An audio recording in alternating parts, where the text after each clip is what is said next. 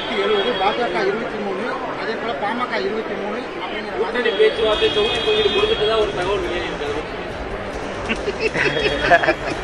அதாவது எங்களுடைய தேர்தல் பொறுப்பாளர்கள் மதிப்புக்குரிய பியூஷ் கோயல்ஜி மற்றும் அர்ஜுன் மெகாவல் சட்ட அமைச்சர் அவர்களும் இன்னைக்கு வந்தாங்க. காலையில் எங்களுடைய கமலாலயத்துக்கு வந்து எங்களுடைய மூத்த நிர்வாகிகள் முதல்ல சந்தித்து பேசினாங்க. சந்தித்து பேசும்போது தமிழ்நாட்டில் இன்னைக்கு கள நிலவரம் எப்படி இருக்கு, தேர்தல் எப்படி இருக்கு அப்படிங்கிறத பற்றி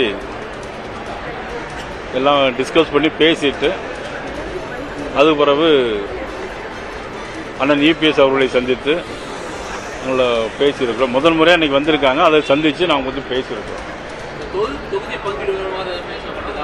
இல்லை, தொகுதி பங்கீடு விஷயமா எதுவும் பேசலை. இன்னைக்கு முதல் கட்டமாக கள நிலவரம் எப்படி இருக்குன்னு கேட்டாங்க. நாங்கள் சொன்னோம் மீடியாலாம் ரெடியாக இருக்கு. அதே போல அந்த கூட்டத்தில் வந்து விஜய் ஒரு ஸ்பாயிலர், மீடியாலாம் ரெடியாக இருக்கு,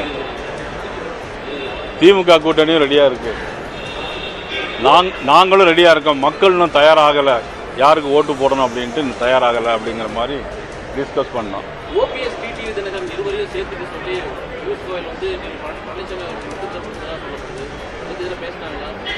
அதான் இன்னைக்கு அது மாதிரியான பேச்சுவார்த்தைக்கு ஒன்றும் பேசலை.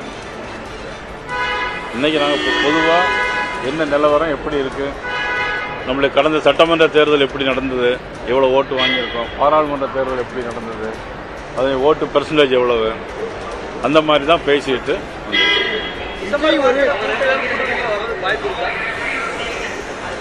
அதாவது தேர்தலை பொறுத்தவரையில் இன்னைக்கு தமிழ்நாட்டில் திமுக வந்து அகற்றப்பட வேண்டும் என்பதுதான் எங்களுடைய நோக்கம்.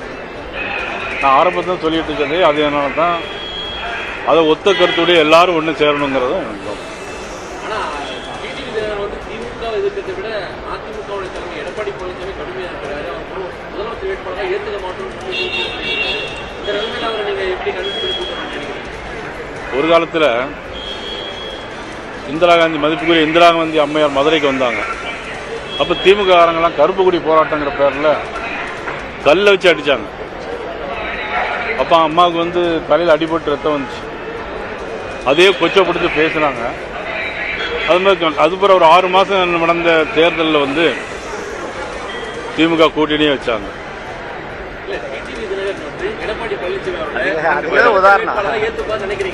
அதான் அரசியலில் வந்து நிரந்தர நண்பர்களும் இல்லை, நிரந்தர பகைவர்களும் இல்லை.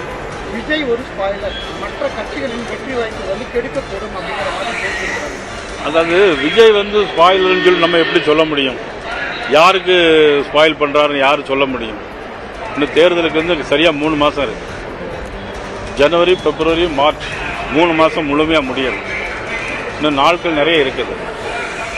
அதனால யார் யாருக்கு பக்கம் இருக்கிறாங்க, யார் கூட்டணி யாரோட சேர்றாங்க, இதையெல்லாம் பொறுத்து திமுகவுக்கு ஏற்பட்டிருக்கக்கூடிய இந்த ஆன்டி இன்கம்பன்சி ஓட்டு இது எவ்வளவு தூரம் வருது அப்படிங்கறத பொறுத்து, யார் வாங்குற பொறுத்து தான் அதெல்லாம் சொல்ல முடியும்.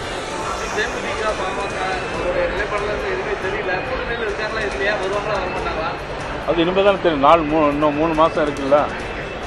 பொருளை பொங்கல் முடிஞ்சு நல்ல காரியங்கள் நடக்குமா இருக்கும். கை பிறந்தால் வழி பிறகுன்னு சொல்லுவாங்கல்ல.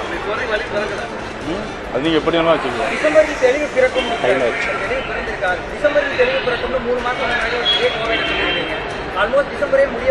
அது 1 மாசம் தள்ளி போகுது, அவ்வளவுதான்.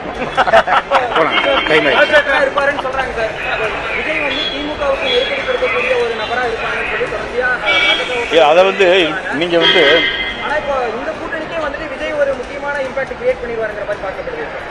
இல்ல, அதை பத்தி நம்ம இப்ப எதுவுமே கருத்து சொல்ல முடியாது. இப்ப யதார்த்த உண்மையில நம்ம கள நிலவரத்தை நம்ம சொல்லணும். சில பேர், நிறைய பேர் இப்ப பாத்தீங்கன்னா யூடியூபர் 100 பேர் சேனல் வச்சிருக்காங்க. எல்லாம் அவங்கவங்க ஒரு கருத்தை சொல்லிட்டே இருக்காங்க. பிறகு ஒவ்வொருத்தரும் ஒவ்வொரு கருத்து கணிப்பு நடத்துறாங்க சொந்தமா. இப்போ முந்திலாம் ஒரு பெரிய கட்சிகள் ஏதாவது கருத்து கணிப்பு எடுப்பாங்க, இல்லை லோயலா காலேஜ் ஒரு கருத்து கணிப்பு எடுப்பாங்க. இப்போ எல்லாருமே முருகானந்த் ஒரு கருத்து கணிப்பு எடுத்து வச்சிருக்காரு. நம்ம ரமேஷ் மாவட்ட தலைவர் ஒரு கருத்து கணிப்பு வச்சிருக்காரு. எங்க நைனா கவுண்டம்பாளையம் நைனா ஒரு கருத்து கணிப்பு எடுத்து வச்சிருக்காரு. ஒவ்வொருத்தருடைய கருத்துக்கள் வேறுபடுது. ஒரு தொகுதி இருக்கு அப்படின்னாக்கி இவங்க வந்து 50 பேர்கிட்ட கருத்து கேட்கறாங்க. ஆனால் 2 லட்சம் வாக்கு 3 லட்சம் வாக்கு இருக்கு. அப்போ 50 பேர்கிட்ட கருத்து கணிப்பாச்சா அதே இன்னும் எல்லாத்துக்கும் ஒன்றா வராது. இப்போ கன்னியாகுமரியில் ஒரு கருத்து கணிப்பு இருந்தால் கும்மிடிப்பூண்டிக்கு அதே கருத்து கணிப்பு சரியாக இருக்காது. அதனால் ஒவ்வொருத்தருடைய யூகங்களுடைய அடிப்படையில் ஒவ்வொரு கருத்துக்கள் மாறுபாடும். ஒட்டுமொத்தமாக தமிழ்நாட்டில் ஒரு நல்ல விடியல் கூடிய அரசு வரும்.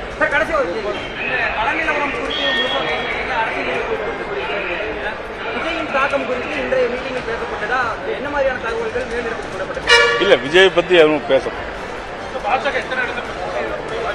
கண்டிப்பாக சொல்லிடுறேன் உங்களுக்கு.